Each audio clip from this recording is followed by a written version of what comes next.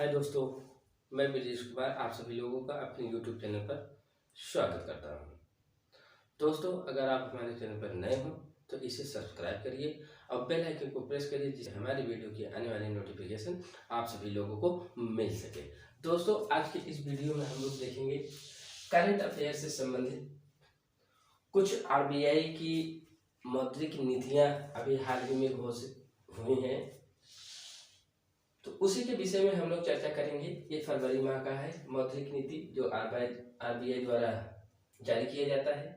तो इसमें साथियों कुल 3 तरह की बातें होती हैं जो मौद्रिक नीति जारी किया जाता है। वह तीन तरह के जारी किए जाते हैं, जिनमें से एक होता है रेपो रेट, दूसरा होता है रिवर्स रेपो रेट, तीसरा होता है बैंक दर। बट इसमें हमने दोस्तों 5 तरह की बातों को हमने लिखा है। एक है CRR यानी कैश रिजर्व रेशियो यानी नगद आरक्षित अनुपात, और 5वां हमने रखा है दोस्तों वैधानिक तरलता अनुपात यानी SLR। ये दोस्तों 5 तरह की जो ये हमने हेडिंग लिखी हुई है, यहाँ से दोस्तों परीक्षाओं में अक्सर एक प्रश्न बनता है, चाहे वो करंट अफेयर्स के अंतर्गत आए जो अभी हाल ही में नीति जारी की गई, या तो अर्थशास्त्र से संबंधित यहाँ से प्रश्न को उठा लिया जाता है। तो इसी के विषय में हम लोग चर्चा करेंगे।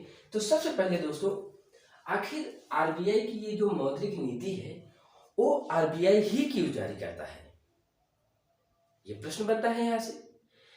तो अगर मैं इसका उत्तर खोजूं तो ये निकलता है कि अब जैसे हम लोग जानते हैं कि पैसा छापने का कार्य RBI करता है, रिजर्व बैंक ऑफ इंडिया करता है, और देने का कार्य कौन करता है? हमने देखा है जितनी भी अनुसूचित बैंकें हैं, चाहे वो स्टेट बैंक हो, बैंक ऑफ बड़ौदा हो, बैंक ऑफ हिंदुस्तान हो, क्षेत्रीय ग्रामीण बैंक हो, यूनाइटेड बैंक हो, यूनियन बैंक हो, केनरा बैंक हो या विजया बैंक हो, यानी ये जो कुल मिलाकर के 15 राष्ट्रीयकृत बैंकें हैं, उन बैंकों के पास जो पैसे होते हैं वो RBI के द्वारा ही दिए जाते हैं दोस्तों। क्योंकि छापने का कार्य RBI कर रहा है, वो तो डायरेक्ट छापते नहीं। तो RBI जो बैंकों को पैसा देता है उसे ही दोस्तों रेपो रेट बोला जाता है। अब जैसे पहले हम लोग समझ लेते हैं आखिर रेपो रेट है क्या। तो दोस्तों रेपो रेट अल्पकालिक आवश्यकताओं की पूर्ति हेतु जिस ब्याज दर पर कमर्शियल बैंक रिजर्व बैंक से नकदी ऋण प्राप्त करते हैं उसे रेपो रेट कहते हैं दोस्तों। क्या कहते हैं? Repo rate. एक बार मैं फिर से दोहराना चाहता हूं दोस्तों कि अल्पकालिक आवश्यकताओं की पूर्ति हेतु जिस ब्याज दर पर कमर्शियल बैंक रिजर्व बैंक से नकदी ऋण प्राप्त करते हैं उसे रेपो रेट कहते हैं। तो दोस्तों अब जाहिर सी बात है, कोई अगर पैसा दे रहा है तो उसके बदले में उसको कुछ चाहिए। तो यहाँ पे जो RBI अन्य बैंकों को पैसा दे रहा है उसके बदले में उसको कुछ चाहिए, तो यही दोस्तों रेपो रेट होता है। और जो वर्तमान की बात करें यानी फरवरी माह की बात करें तो 4% रखा गया है। अगर रिजर्व बैंक ऑफ इंडिया किसी भी बैंक को, कमर्शियल बैंक को अगर 100 रुपया देता है तो 100 रुपए पे 4% वह ब्याज ले लेगा, यही है। और दोस्तों ये जो मौद्रिक नीतियां होती हैं, तिमाही भी जारी किया जाता है और छमाही भी जारी किया जाता है। अगर मैं द्विमाही की बात करूं, यह साल में कुल 6 बार जारी किया जाता है, 2-2 महीने पे, 2-2 महीने पे जारी किया जाता है। क्योंकि बैंक RBI बैंक जब पैसा दे देता है तो अब कोई भी बैंक ने पैसा ले लिया तो वह पैसा जो आम जनता है उनको जब बांटा जाता है, यानी उनका जो खाता होता है, चाहे सैलरी हो चाहे जो कुछ हो, जो भी पैसा वह अपने ग्राहकों को देती है, देने के बाद एक एक रेशियो होता है उनके पास कि हाँ इतना पैसा हमने अभी दे दिया है, और इतना पैसा देने के बाद जब मैं आरबीआई को 4% का रेट ब्याज चुका दूंगा तो उसके कुछ दिन बाद तो हमको फिर पैसे चाहिए, क्योंकि एक निश्चित धनराशि होती है। मान लीजिए हमने 100 करोड़ रुपए ले लिए आरबीआई से, अब 100 करोड़ देने के बाद हमारे पास अब कुछ नहीं बचा, तो मैं क्या करूँगा, फिर से मैं आरबीआई के पास जाऊँगा, फिर से उससे पैसा लूँगा। तो इन सब प्रोसेस में लगभग 2 से 3 महीने लगेंगे। तो 2 से 3 महीने में तो आरबीआई क्या करता है, हर दूसरे महीने में अपनी इस रेपो रेट को बदलता रहता है, कभी घटा देगा कभी बढ़ा देगा। तो इसीलिए 2-2 महीने पे ऐसा किया जाता है हर रेपो रेट। बात क्लियर हो गई होगी? ओके, चलिए आगे बढ़ते हैं। और वर्तमान में 4% है इसकी दर रेपो रेट। अब बात आती है रिवर्स रेपो रेट। आखिर रिवर्स रेपो रेट है क्या, तो एक बार मैं यहाँ पे समझ लेता हूँ। अल्पकालिक अवधि के लिए रिजर्व बैंक द्वारा कमर्शियल बैंक से जिस ब्याज दर पर नकदी प्राप्त की जाती है उसे रिवर्स रेपो रेट कहते हैं। वर्तमान में इसकी जो दर है साथियों वह 3.35% है। अब देखिए, अब ये जो रेपो रेट था इसी का ठीक उल्टा होता है रिवर्स रेपो रेट। ठीक है, रिवर्स रेपो रेट इसका उल्टा होता है।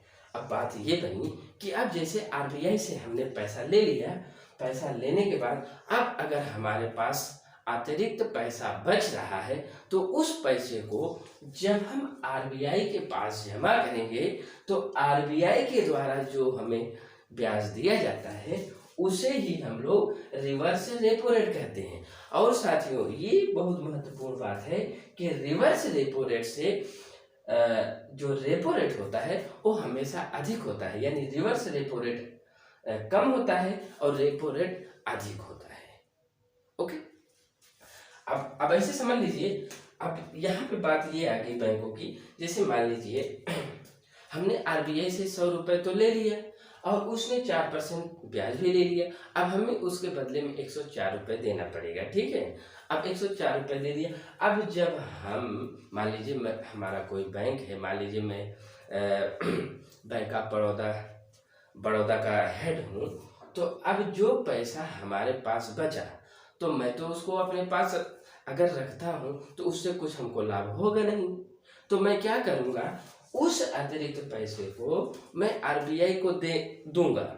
आरबीआई को जब दूंगा तो आरबीआई से ये कहूँगा कि भैया जब आपने हमें पैसा दिया तो हमने आपको इतना % ब्याज दिया, अब जब मैं आपको पैसा दे रहा हूँ तो आप हमें कितना देंगे। तो आरबीआई यही चीज जारी करता है कि ठीक है, जब हमने आपको दिया 4% हमने आपसे लिया तो हम जो है आपको 3%, 3.5% या 2.5% इतना ही दूंगा। अगर आपकी इच्छा है तो हमें दीजिए, अगर नहीं इच्छा है तो मत दीजिए, अपने पास रखे रहिए। तो बैंक क्या करेगा कि चलिए भैया इधर 4% दे रहा हूँ, कम से कम अगर हमको 3.5% या 3.25% मिल जा रहा है तो हमारा कुल मिलाकर के 1-2% तो ब्याज बना।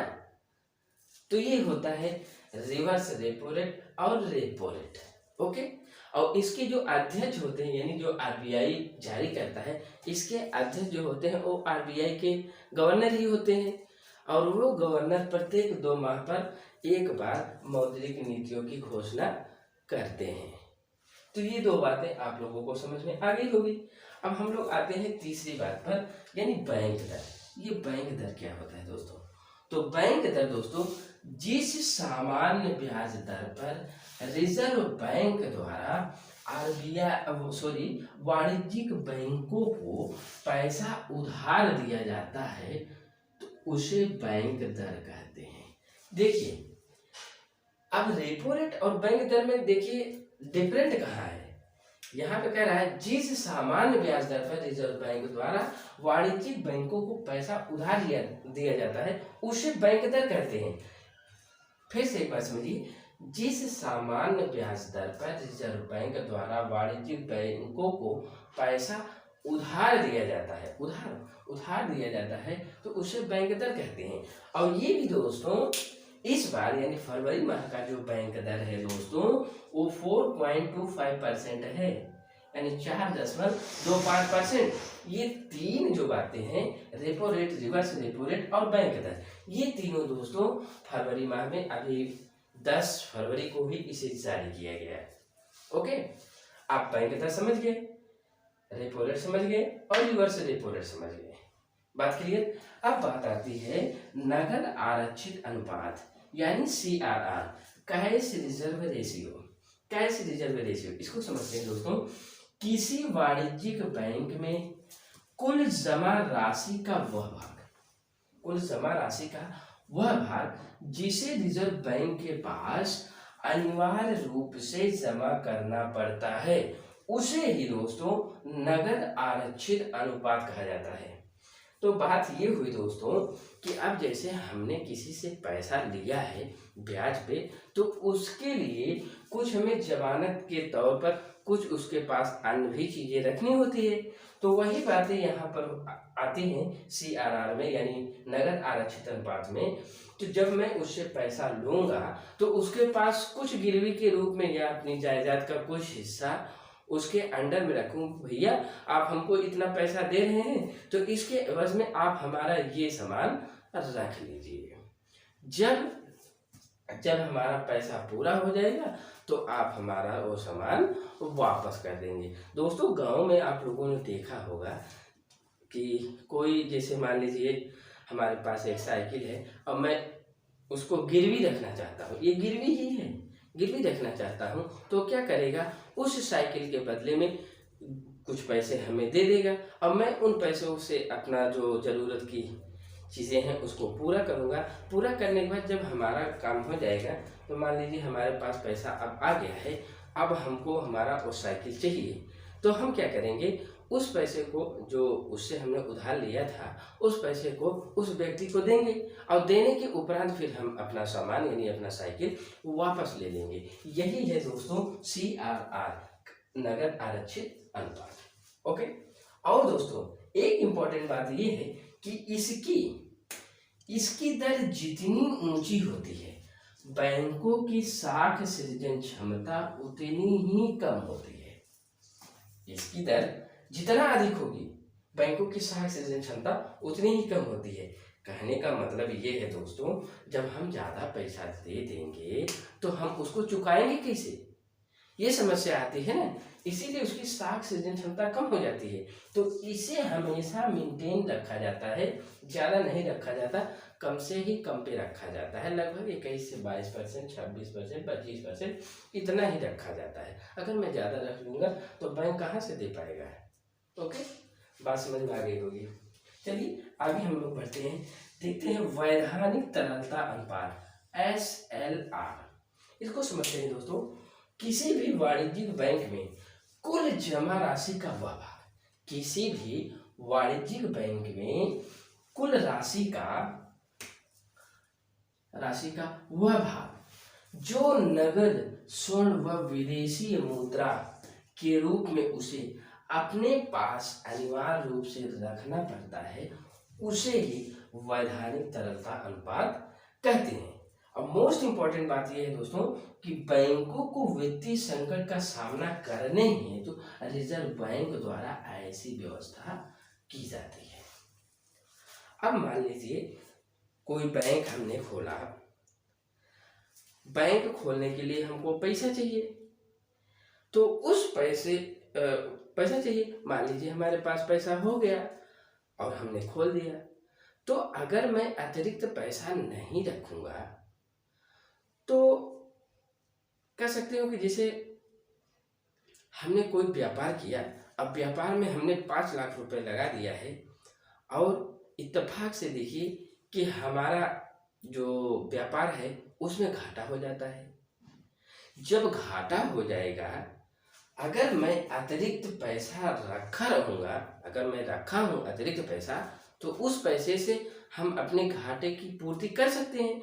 जब हमारे पास पैसा अतिरिक्त नहीं होगा, मैं अलग से नहीं रखा है, हमने नहीं रखा है, तो क्या होगा कि हमारा जो व्यापार है वो एकदम से ठप हो जाएगा, यानी बेकार हो जाएगा। यानी कह सकते हैं कि पूंजी नष्ट हो जाएगी। तो उसी पूंजी को मेंटेन करने के लिए आरबीआई द्वारा ऐसी व्यवस्था की गई है कि भैया अगर आपके पास पैसा नहीं होगा तो जो आप हमें अतिरिक्त पैसा दिए हैं उसी पैसे से हम आपके बैंक को फिर से हम डेवलप कर सकते हैं। बात क्लियर? तो दोस्तों ये 5 तरह की कुल बातें थी, बहुत ही इंपॉर्टेंट थी। और दोस्तों ये 2 क्षेत्रों से हमने पहले ही बता दिया है कि 2 क्षेत्रों से यहाँ से प्रश्न बनते हैं।